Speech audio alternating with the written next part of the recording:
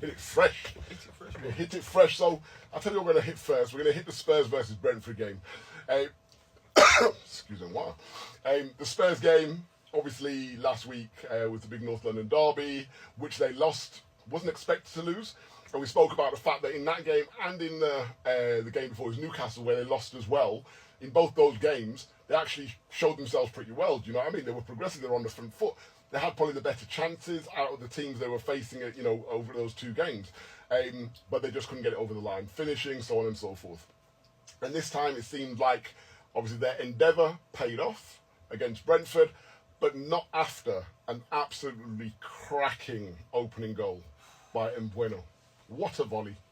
Brother, like, I'm watching it, and I'm like, he never just did that. After how many seconds? Yeah. I'm sure that's the second game in succession they've scored a goal in the opening minute of the match, which I think is the first time. And when you look at the technique, he kind of, the ball's coming behind him, and it's like a scoop volley. Yeah. Like straight into the top corner, no goalkeeper stopping that. It reminded me of Mark Hughes. Mark Hughes in his heyday with them volleys. Just that pirouette on that standing foot, man. It just went ping, top corner, man. Caught it. Great goal. And he didn't get enough, I don't think he got enough airplay. I think just because of the fact that Brentford lost. If Brentford had won, when Matt was probably the winning goal, he probably would have got a lot more airplay. And the fact that it's Brentford. Make that be true. A Man City player, or a Liverpool player, or Arsenal player. You're not going to hear the end of it. All the time. Yeah. You know what I mean? You can tell Wayne's, definitely anti-elite football club around here, yeah? And he sees his club as, working man's club, and, they've been through you have been through the mire, to be fair. Villa have been through the mire, to be fair, but, let's not get it twisted. You're a Champions League club now, bro, so you know what I mean? Let's be real, though. Regardless of who scored that goal, it was a bad boy goal. Bad boy goal, yeah. Great finish, great technique. Everything, it wasn't a fluke, it wasn't... It was constructed, and he finished it exceedingly well. Exactly. Like Mr. Kipling's. Exceedingly good. Listen, Mbueno's had a great start to the season. I think that's probably his third goal in 5 games, something along those lines. I just think Mbueno, he's had a great last couple of seasons. This isn't nothing new. Yeah, you're not wrong. And to be fair, he's a player that a lot of Liverpool fans were looking at. There was a time, many moons ago, couple of months ago, transfer window, when Liverpool fans thought that we should be getting rid of Luis Diaz. We'll come back to that when we talk about the Liverpool game. And Mbueno was one of the ones they said, he'd be the ideal replacement, he's Sadio Mane-esque, yada. Great player, and I'd love to have him come to the club, you know what I mean? And, potentially, if we didn't have Chiesa in there now, he'd be a good backup for Mo Salah on the right-hand side. But for me, listen, I think in terms of his next step, if Mo Salah moves on in the summer, I'd say come across, man. And then he's fighting it out with Chiesa for that right-hand position. We take him. There's a lot of Liverpool fans who were talking very highly of him in the summer and, suggesting putting in a bid for him. He's a great player. I just remember watching Mbueno in the Championship. I don't know if you remember the BMW. Brindeo. Yeah. Wisa. No. Sorry, in the Championship. When in the Championship, they had the BMW. Oh, yeah, which was Watkins, Mbueno, Ben Rama. Yeah.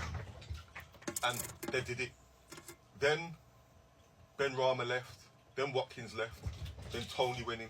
Yeah. And it was Tony and Mbueno. Yeah. Then they got up to the Premier League. Yeah. And he's still doing it in the Premier League. Yeah, truth. You know what I mean? So it's about time that he had his little time to shine. Yeah, and I think him moving on now, I think he'd get the Brentford fans' blessing, because he's been a servant to the club and stuck with them through thick and thin. Without a doubt. And he's got them as far as I think he can take them with the resources that they've got available to them. Yeah, you're not wrong.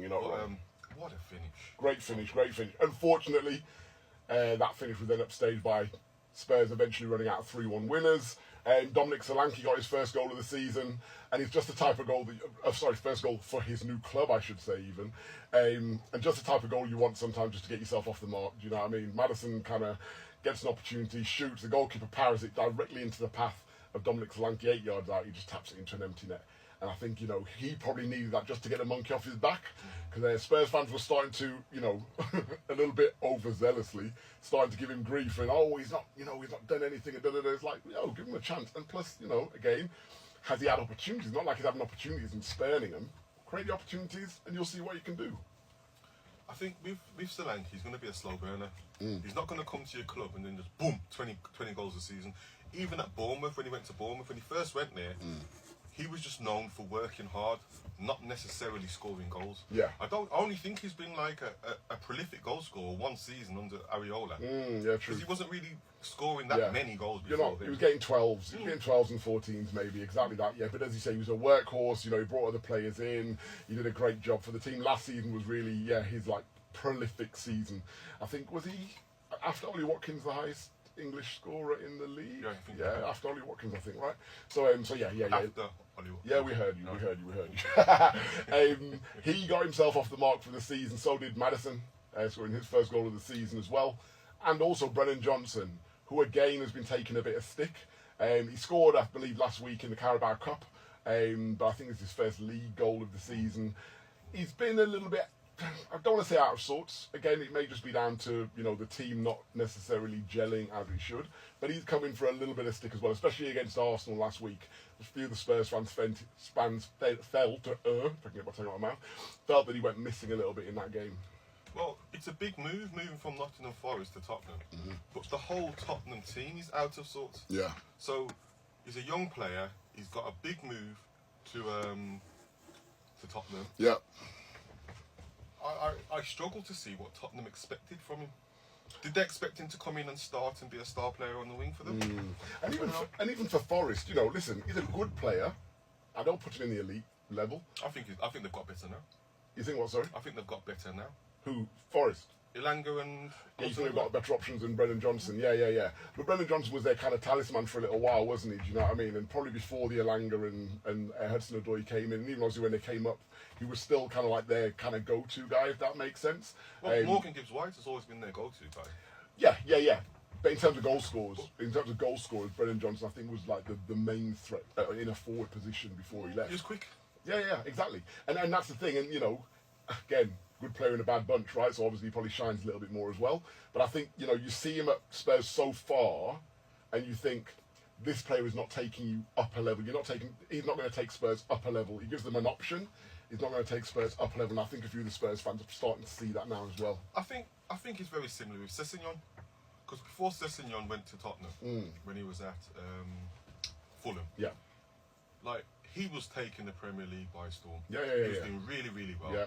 Then he got the move to Tottenham. It didn't just quite work out for him. But sometimes you have to look. It's bigger than it's bigger than the individual player. You got to look at the sum of the parts. Yeah, for real.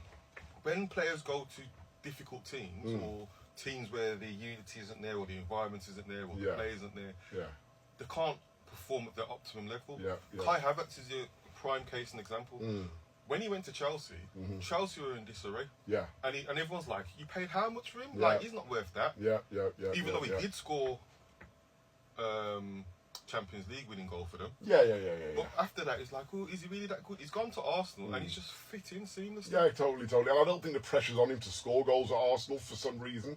He's not banging 20, 25 goals a season, but he's doing that almost Robert Firmino job that Firmino did at Liverpool, where he's just knitting things together. Do you know what I mean? Liverpool thing in there. Listen. All I'm saying is Bobby made that false number 9 position his own. Let's be honest about that. In world football, I don't think. I remember a certain Peter Beardsley doing the business at Newcastle. As a false 9, he played as a 10-man behind the main striker. He didn't play up front. Yeah, he didn't play up front. Yeah. And he didn't play midfield. Yeah. Why is that? He was playing a 10-man. No, it's only because he didn't have a false 9 in them days. If you had a false 9, if people knew about a false 9, they said it was a false 9. But back then days, you didn't have a false 9. You had a 9 or a 10. So you're saying there was no striker playing ahead of him? There's no striker playing ahead of him. Yeah. He had strikers playing ahead of him. That's right. He had like Andy Cole. He had players playing ahead of him. Oh, so you're talking in that? Okay, you're talking that level. So he was a number 10 then, exactly. He was. Because remember back then that was a 4-4-2, and you had like the one striker who was right at the top, and you had the other one in the formation who was just behind on the left or just behind on the right. That ain't false 9. That's number 10, man. Behave yourself. Number 10 to me is the attacking midfielder. No, depending on the formation. Yeah, let's agree on that one. Depending on the formation, yeah. But yeah, for me, For me, if there's a 9 in front of you, that means you're the 10 man. You're the 10. You're the second striker. All right. Second striker things. 3-1 Spurs. I was just looking at the next fixture list. It was a packed schedule. West Ham Chelsea. So that was another one. I think I was in the early kickoff, wasn't it? 12:30. West Ham getting really put to the sword by Chelsea, right? I looked at it and I thought, oh, that's a really good performance by Chelsea. And then I looked at it and I was like, no, it isn't. It's a poor performance by West Ham. Yeah. Like, I'm looking at their centre halves. Kilman, he's never been quick. He's not like a rapid centre back. Yeah. Then is it Mavropanos that plays the other centre half? Yeah. And then I'm watching it and I'm like, why are you playing such a high line? Anybody with any ounce of sense knows that. Yeah. Nicola Jackson. Yeah. Sorry, I called him Nicola. Anyway, Nicola Jackson. He's quick. If nothing else, if you can question his positioning, you can question his finishing at times.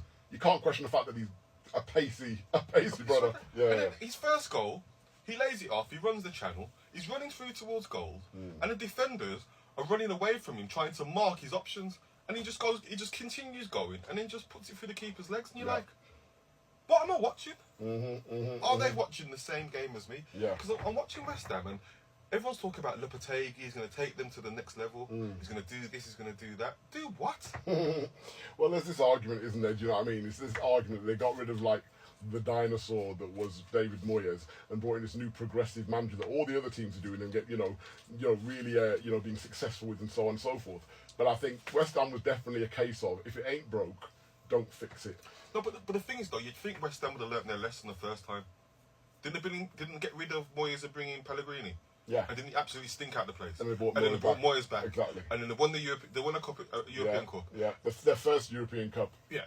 And then they sack Moyes because I don't like the style of football, and bring in Lopetegui. And you're like, yeah, why? But the thing is though, like, you know, like if they're bringing in the master like Ancelotti or somebody like that, I could understand that.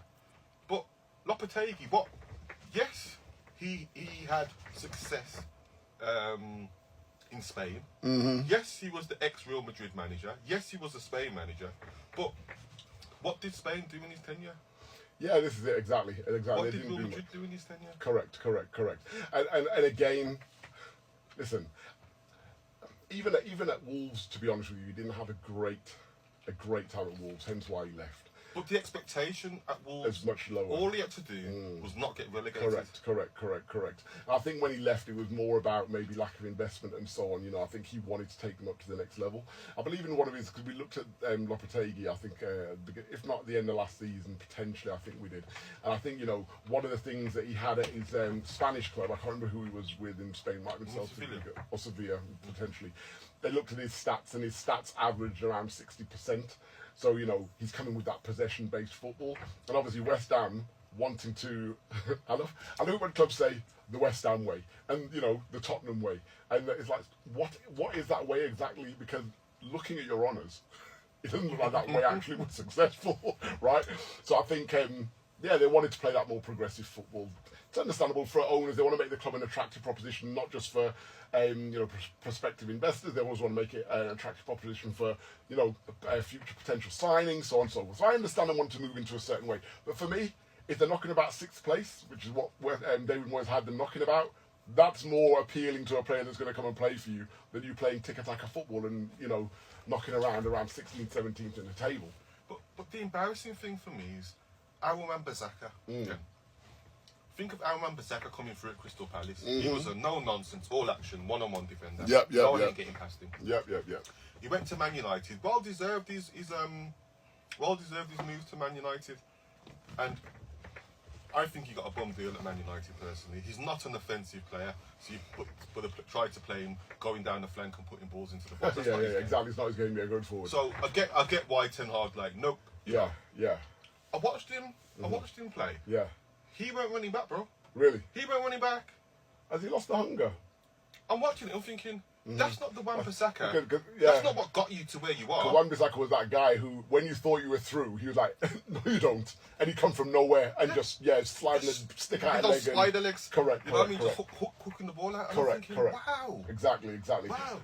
But let's spend some time on Chelsea. because we spoke at the beginning of the season about Chelsea. We said, all these players that have come in, it's going to be really difficult for them to gel. I think you didn't give them much of a chance of actually performing and bringing it together. And I think I said that I think they're one of those teams that on any day, they could probably just turn it on any day and probably be woeful the next day as well. And we've seen a bit of that probably since the beginning of the season. But I think there have been games where they've been fortunate. So I think it was the Bournemouth game when they won 1-0 with the late goal.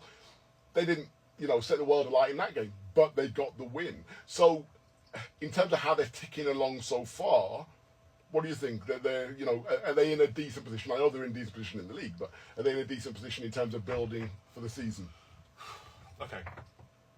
Chelsea have got an absolutely phenomenal first team squad and an absolutely phenomenal bomb squad. Let's just put that out there. Yeah, for sure. Whether you agree with their transfer policy or not, their first team is top quality. Yeah. In terms of their play, I don't see how you can play Caicedo, Fernandes, and Lavia in the same midfield. I don't think you can. One of them's going to drop out. Cole Palmer's not coming out of there, so it's 2 out of the 3. But they can play Cole Palmer out wide as well, right? That's another option for them if need be. It is an option for them, but why are you going to play your best player out of position? True. That don't make no sense. Yeah, good point. So, when I watch them play, if you stand off them and give them time, they will play football. Yeah, for sure. When the games are tight and the games are close, that's where I think they let themselves down. Yeah. So, you're supposed to, like, you're Chelsea, you're supposed to beat Bournemouth. Yeah. You know what I mean? You're supposed to beat West Ham. Yeah, of course. I'll reserve judgment until they play the good teams. The big teams, yeah. And they played Man City already, right? And they got, I think it was the first game of the season, wasn't it? 2-0. I think it was 2-0 in the end. But I mean, you could argue there that Man City got them at a good time before they actually, really got into their stride, right? And 2-0 is no, it's not embarrassing against Man City, especially when you've got so many new players and you're trying to bed in new players into the squad. I get that, but I'm looking for little combinations between players. I'm looking for that understanding developing between players. So at the beginning of the season, he started Levi Colwill and Wesley Fofana at centre half. And I was thinking, you know what, that looks okay, that does. Because I think Fofana's had a terrible time with injuries. Yeah, for sure. Levi Colwill also has had a difficult time with injuries, but you know what I mean, he's a quality player. Yeah. And then they brought in Tosin from Adebayo from Fulham. Yeah. Even though they forgot to register him for the youth. That's right. And you're thinking, how do you keep so many top players happy? Yeah. So what he did is he moved Fofana over to right back for this game, and then put Tosin in next to Levi Colwill and Cucurella, who seems to be having a rejuvenated since the Euros as an inverted left back in possession. I always rated him from Brighton days. I'm totally honest. I rated him highly. Yeah. So you can see that they've got the potential to be very good, but I can also see where they can get hurt. Caicedo likes to dive in. Fernandes likes to dive in. Yeah, for sure. If they dive in and you're straight through on Levi Colwill, Colwill likes to dive in. Yeah, of course. So if you have your patterns right and you create the overloads, I'm sure the better teams will be slipping their players in the gaps that they're creating because they're getting caught out of position, and the player has to come and cover that position and leaving his position. The better teams will exploit. Yeah, of course. You do feel they're missing like that old head in the spine of the team. Maybe Fernandes is that old head to a degree, with his experience at international level and so on and so forth. But they tried to play him further forward. Yeah, exactly. Well, to accommodate your Caicedos and your Lavias, right? So it's going to be interesting to see how that team develops throughout the season. I'm sure they'll find different solutions, and they may just, kind of stumble upon a solution that's like, this is the one. But one thing we know also, they've got a wealth of attacking talent as well in the final third. So again, they can cause any team a problem on their day if those, front three click. And as I say, they've got options to bring in and off the bench. You're listening to newstyleradio.com, and this is the Gene-ius Football Show. We are live on TikTok today, so someone just asked, what's the name of the podcast? So it's the Gene-ius Football Show, so you can catch it on newstyleradio.com live right now if you want to listen in live. We've just been discussing a couple of the games over the weekend. We discussed the West Ham versus Chelsea game. We discussed the Spurs versus Brentford game. And obviously there was a small matter of Manchester City versus Arsenal that was played yesterday. We all know the game ended up 2-2. Indeed. But I mean, what a game! It was exciting, yeah. Even though there was just jeopardy, there was conspiracy, there was contentious decisions. It had a lot. Obviously, Arsenal getting someone sent off again, just kicking the ball away, which it's fairly laughable after the last time. And when they were leading 2-1 with maybe 30 seconds to go in the first half, I mean, anyway, I was going to say, do you need to kick the ball away at that point? Is that the time, really? You think, yeah, we need to kick the ball away with 30 seconds left. And obviously that made for an interesting second half where it was pretty much a defence versus attack training drill for 40, well, I was going to say 45 minutes, more like 52, 54 minutes, right? Obviously, the game ended 2-2. It was a late equaliser by John Stones. Obviously, the scoring was opened by Erling Haaland. And who else indeed? And great finish as well, because it was one of those where you're going through it, and that's the last place where I thought he was going to put it, because you expect him to open out his body with the left and kind of side foot it into the far corner, but he just kicked it straight. He saw there was a line there. The keeper's probably expecting him to go that way, so the weight's probably on that foot as well. He just kicked it straight in a straight line into his near post. I think the build that played to that was fantastic, because Savio. The way he skipped in, Calaferi, yeah. Well, he didn't go past him; he just left him on the touchline. Yeah. Taxi! Yeah. So when he's gone inside, and I was thinking, play the ball. Yeah. And he held on to it a little bit longer. Yeah, that's right. Play the ball. And you could see Haaland for like maybe a second before, he was saying, play, and he thought, oh, has the chance gone? Has it gone? And then he's like, no, we can still do it, because he had the pace. But you know what I think was amazing about that? Yeah. When I've watched it back, and I'm looking at, is it Saliba? Yeah. I think it's Saliba coming across. If Savio would have played it earlier, Saliba would have come across. Yeah. But I think there was another player that kind of took his attention, so he kind of made a step away, isn't it? And that kind of just opened that gap just enough. Just for that ball to go through. And it's a perfectly weighted ball. Perfect. And then in those situations, it's going to be very hard. Your money's on Haaland, yeah. Not many defenders are catching him when he's away like that. It was a great finish. And then obviously you had the Arsenal goals. It was Mr. Gabriel who scored their first goal, I believe, from the corner. I can't remember who scored the first goal. No, I think it was Gabriel that scored the first goal. And then with the second goal being scored, but I can't believe I've forgotten it. You know what? There was so much that happened in the game. The basic stuff of who scored and actually, is just totally flipped my mind. I mean, after Calafori scored the first. Calafori, thank you, yeah, of course. And thank you very much. I mean, again, probably because, you know what it is, sometimes you think of a game, and then you're like, who scored again? And then you go across the front line like, oh yeah, it was Havertz. Oh yeah, it was Jesus. Oh, no, maybe not Jesus. Oh yeah, it was Saka. Oh yeah, it was Saka or whatever. Calafiori didn't come into my mind in that thing, but what a finish! It was unconventional. You don't do an inward curler to the far post from the left. Yeah, the left foot curler. Oh yeah, beautifully executed. But then you've got the Kafora with Kyle Walker, which we're going to talk about afterwards. Yeah, I'm trying to save that one till after the break. We are going to be joined on the phone line, guys, by a good friend of mine and a huge Arsenal supporter, Christopher King. Yeah, we're gonna have to put up with it now. Yeah, unfortunately, I told him we'd go easy on him as well. Yes, let's go easy on him. It's his first time. We want him to come back later on as well. Mr. Christopher King's going to be joining us after the break, otherwise known as Gunners King 14 on TikTok, where he's got a healthy following of, I'm assuming, mostly Arsenal supporters, although I think most football supporters really value his opinion. He's a really intelligent guy, knows his stats. He's a good. He's one of the 2 or 3 Arsenal fans that made me feel like, okay, there is some sensibility in the fan base. I told him that to his face earlier on as well, so that's not going to be a surprise for him. So, we're going to have him on after the break, and we'll dissect that Man City versus Arsenal game in a little bit more detail. There's a lot of talking points. That's why we need the full half an hour after the break to go into that. And then, obviously, later on in the show, we'll also be talking about some of the other results of the weekend. Obviously, Villa coming from 1-0 down to beat Wolves 3-1. And the mighty Liverpool making light work of Bournemouth at Anfield and returning to winning ways in the Premier League after that shock defeat by Forest at Anfield. And I'm looking forward to speaking about Forest as well. There was a couple of big talking points in that game. And again, I just want to big up Nuno Espirito, because I'm liking him. They're my dark horses for this season, by the way, to maybe overachieve. But we'll talk about that in a lot more detail when we come back. It's 10:30, guys. You're listening to newstarradio.com. This is the Genius Football Show, and we shall see you on the other side.